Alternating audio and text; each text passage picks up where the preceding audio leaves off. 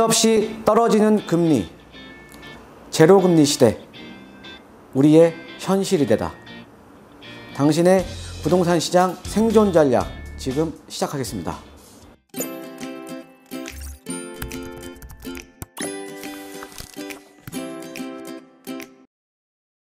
네, 안녕하십니까. 드림부동산 투자연구소 정창래입니다.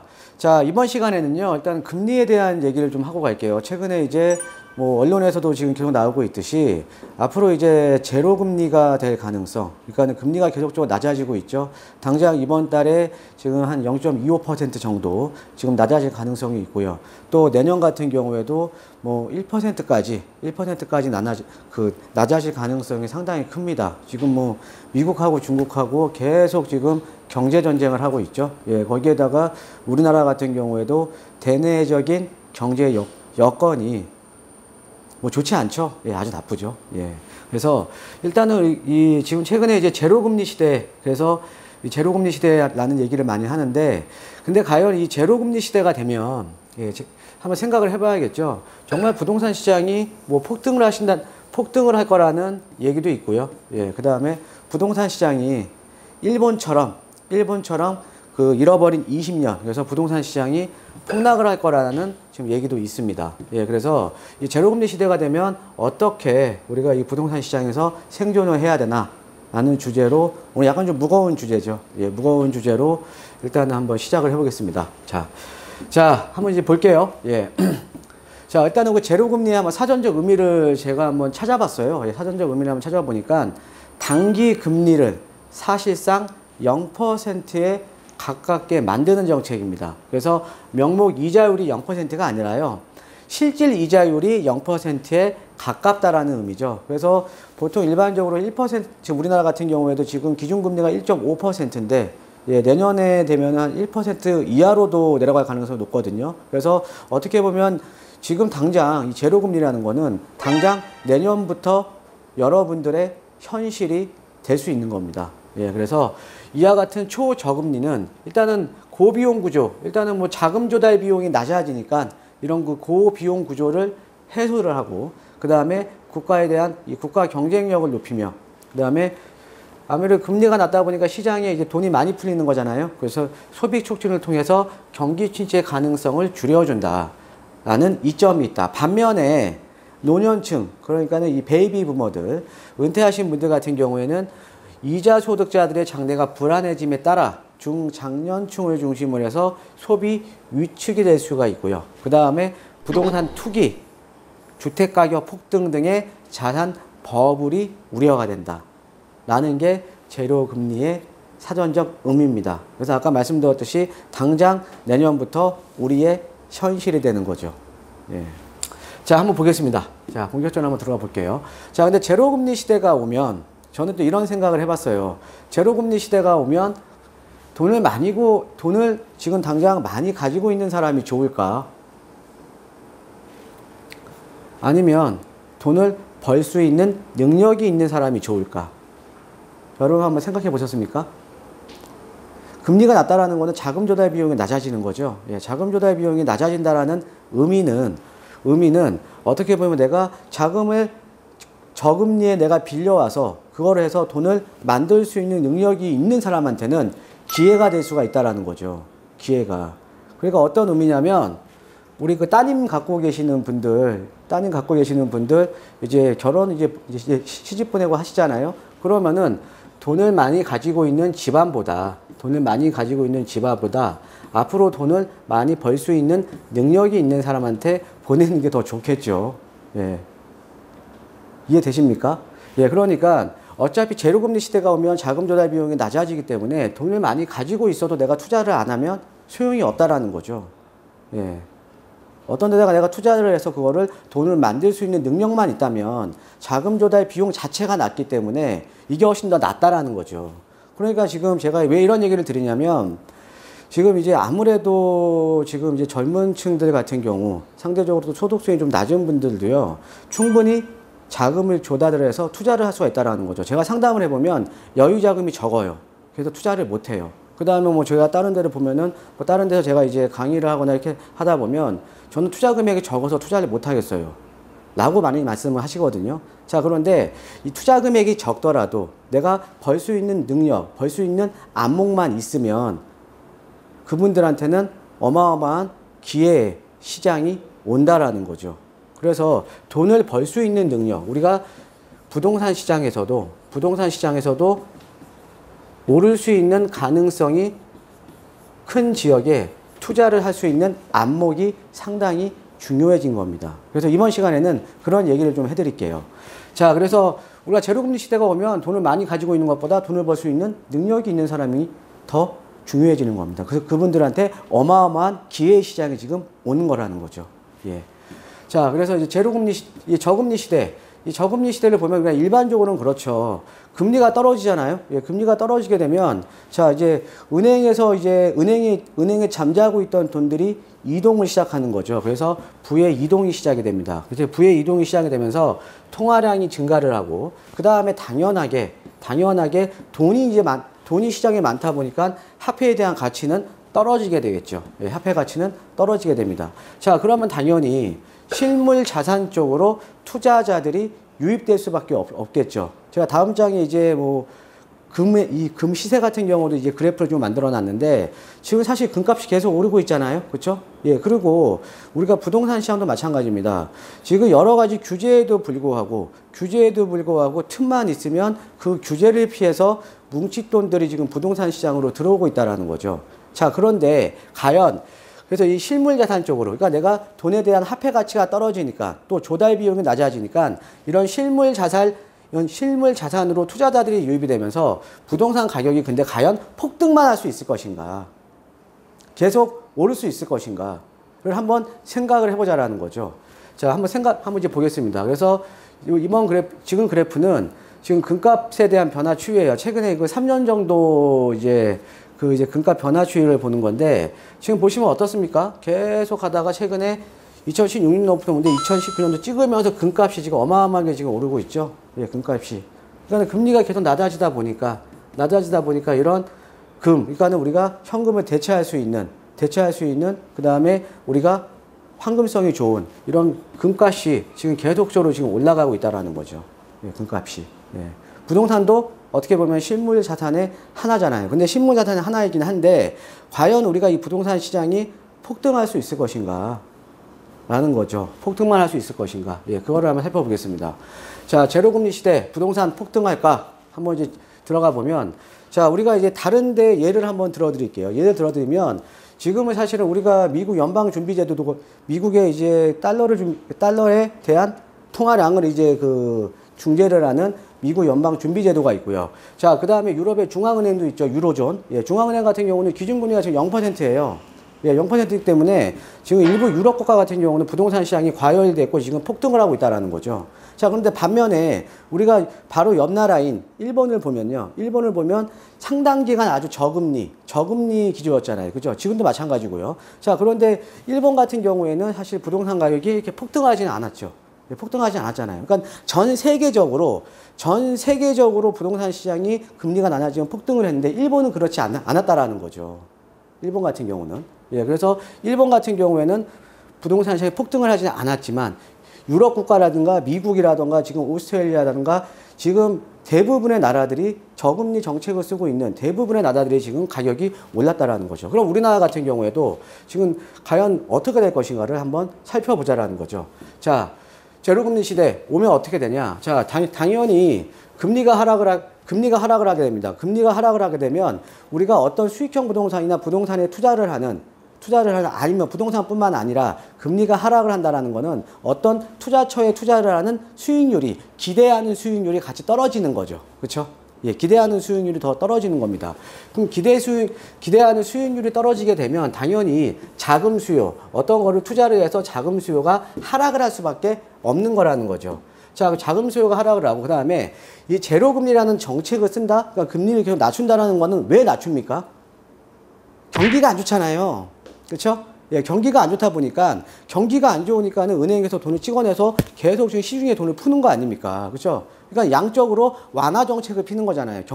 경기가 안 좋으니까. 경기가 안 좋으니까 은행에 있는 돈을 금리 싸게 빌려줄게. 너 이거 근데 투자자들 아니면 시장 참여자들로 하여금 은행에서 돈을 빌려서 그 돈으로 어떻게 보면은 그 현금이, 그러니까 이 돈이 돌아갈 수 있게끔, 유동성이 돌아갈 수 있게끔 금리를 낮추는 거 아닙니까? 자, 그런데 우리가 금리가 하락이 되면 자금 수요가 하락을 하고요. 그 다음에 제로 금리로 간다는 거는 경기가 안 좋은 거예요. 경기가 안 좋다라는 거는 마땅한 투자처가 없을 수밖에 없는 거죠. 지금 우리나라 현실도 마찬가지잖아요. 그죠?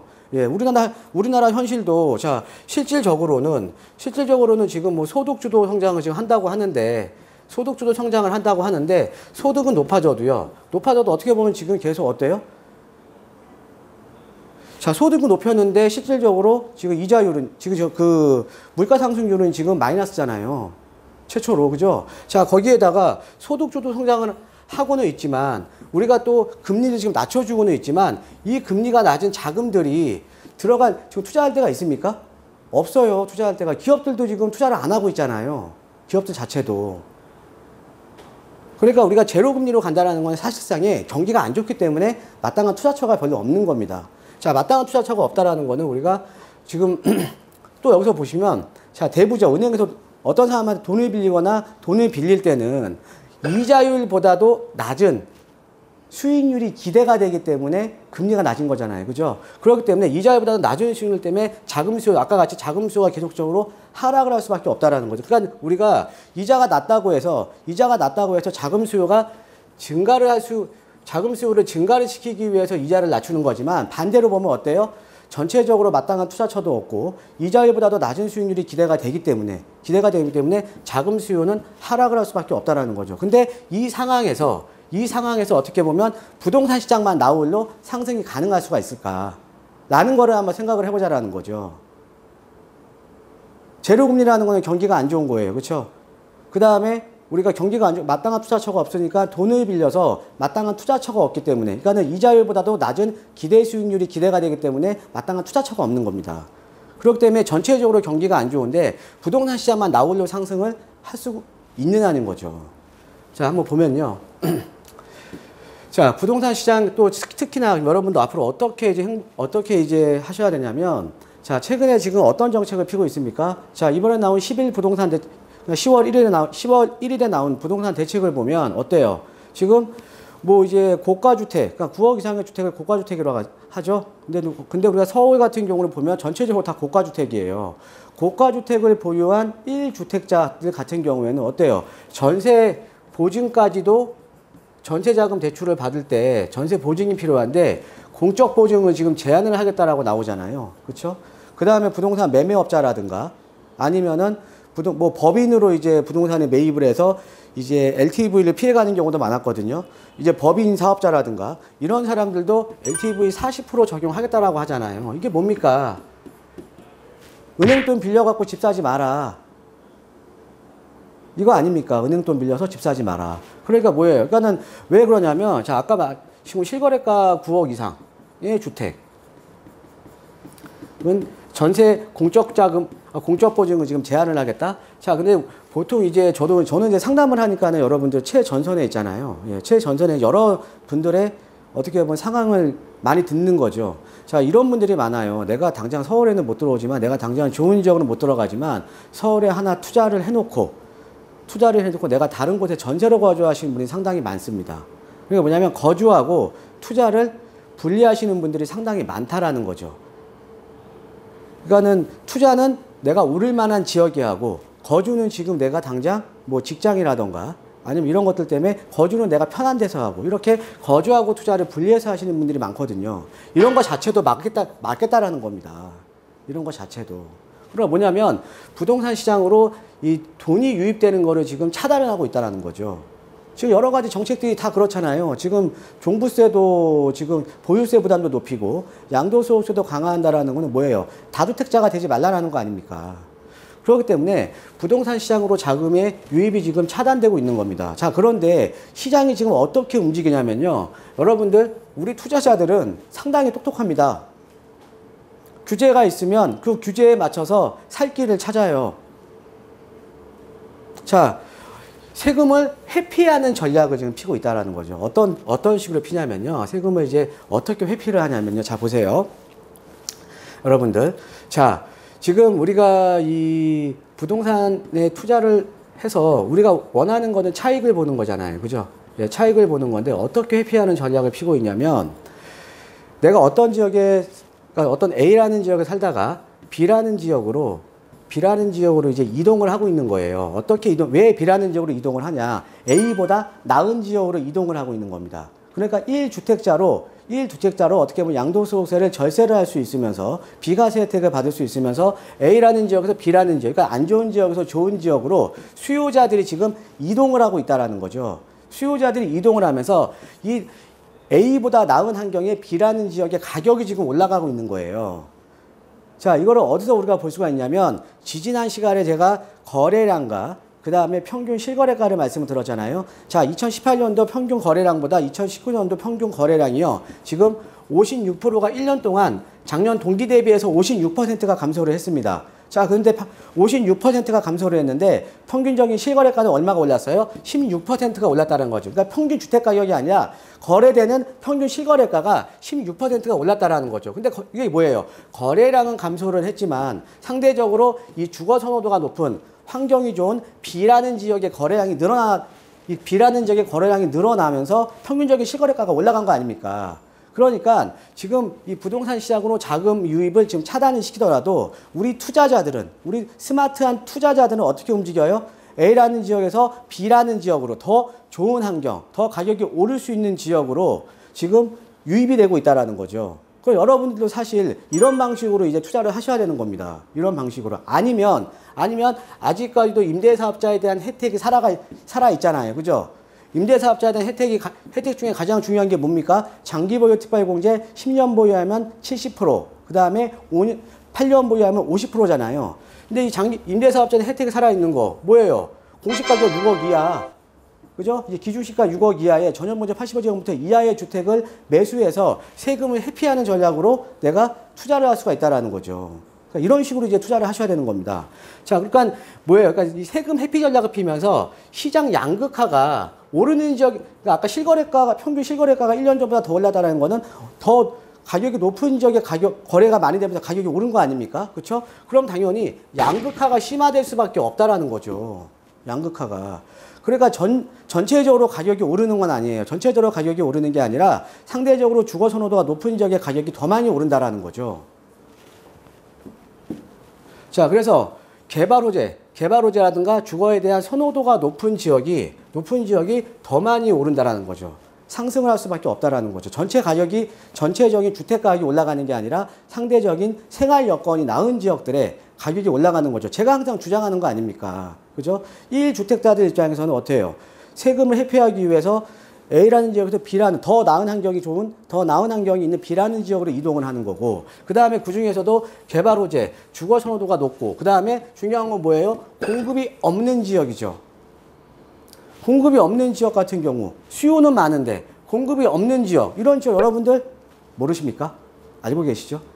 예. 자, 이런 지역들의 가격은 오를 수밖에 없다라는 거죠. 자, 그래서 이 공급이 많거나 지금 서울의 외곽 지역들 같은 경우에는 하락할 가능성이 상당히 높습니다. 앞으로 공급량이 많아지거나.